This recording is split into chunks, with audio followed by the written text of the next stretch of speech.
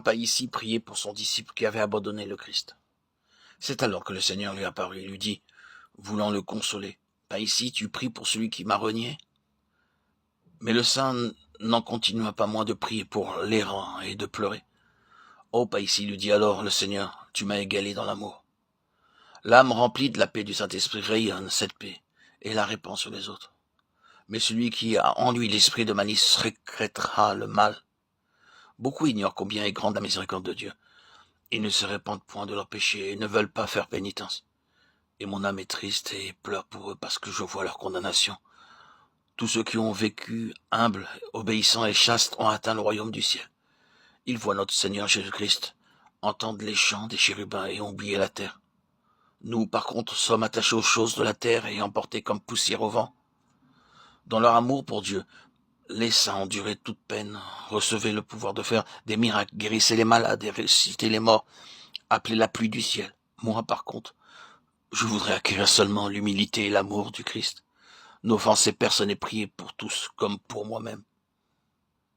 Si la grâce de l'Esprit Saint habite le cœur d'un homme, même en une mesure infime, cet homme pleure pour tous les hommes.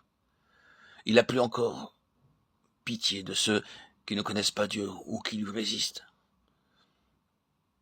Il prie pour eux jour et nuit afin qu'ils se convertissent et reconnaissent Dieu. Le Christ priait pour ceux qui le crucifiaient. Père, pardonne-leur et ne savent pas ce qu'ils font. Luc 23, 34. Étienne lui aussi priait pour ses persécuteurs afin que Dieu ne lui impute pas ce péché. Acte 7, 60. Il faut prier pour nos ennemis si nous voulons conserver la grâce, car celui qui n'a pas compassion du pécheur n'a pas en lui la grâce du Saint-Esprit.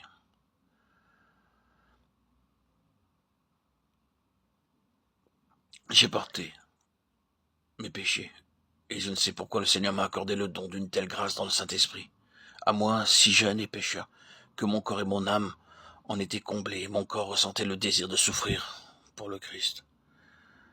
Notre corps a besoin de respirer et d'être nourri pour vivre. Dieu et la grâce du Saint-Esprit sont l'aliment de l'âme. Comme le soleil donne lumière et vie aux fleurs des champs, ainsi l'Esprit Saint éclaire l'âme, et de même que les fleurs se tournent vers le soleil, ainsi l'âme vers Dieu. Elle est bienheureuse en lui, et dans sa joie, elle annonce un tel bonheur à tous les hommes.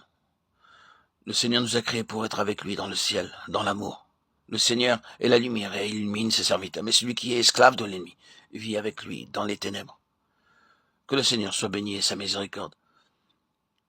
Il nous a donné son Saint-Esprit qui nous enseigne le bien et nous donne la force de vaincre nos péchés.